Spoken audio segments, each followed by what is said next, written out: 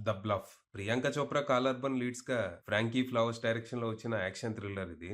ఈ cinema story ఏంటి? దీని మీద నా ఒపీనియన్ ఏంటనేది 2 నిమిషాల్లో తెలుసుకుందాం పదండి. ముందుగా ఈ సినిమా స్టోరీ ఏంటంటే, ఈ కథ 1846లో జరుగుతుంది. ఇందులో మన హీరోయిన్ ఎర్సెల్ ఒక హౌస్ వైఫ్ అనమాట. తన ఫ్యామిలీతో కలిసి కేమన్ బ్రాక్ అనే ఐలాండ్‌లో నివసిస్తూ, వికలాంగుడైన తన కొడుకుని చూసుకుంటూ, ఇంటి బాధ్యతలు చూసుకుంటూ కాలం వెళ్లదీస్తూ ఉంటది. అయితే ఓ రోజు అన్‌ఎక్స్‌పెక్టెడ్‌గా మోస్ట్ నటోరియస్ పైరేట్ అయిన కెప్టెన్ కానో ఎర్సెల్‌ని వెతుక్కుంటూ ఐలాండ్‌కొచ్చి, అక్కడ అల్లకల్లోలం సృష్టించి, తన బంగారం తనకివ్వకపోతే నీ ఫ్యామిలీని చంపేస్తా అని తనని బెదిరిస్తాడు.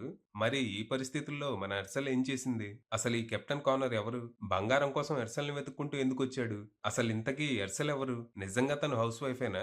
తనకి కానర్‌కి మధ్య ఉన్న సంబంధం ఏంటి? అసలు తన కథేంటి? చివరికి తన ఫ్యామిలీని కాపాడుకోవటానికి ఎర్సెల్ ఎలాంటి పోరాటం చేసిందనేది మీరు సినిమా చూసి తెలుసుకోవాలి. ఇదొక time pass action movie.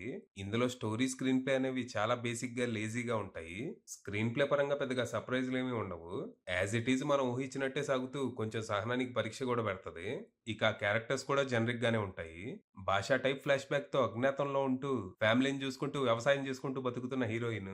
By mistake తను బతికే ఉందని తెలిసి రివెంజ్ కోసం బయలుదేరిన విలన్. ఇక సినిమాలో చాలా మాస్ డైలాగులుంటాయి. కానీ ఆ డైలాగులు మాసీగా కాకుండా దీనయ్య క్రింజ్ అనేలా ఉంటాయి.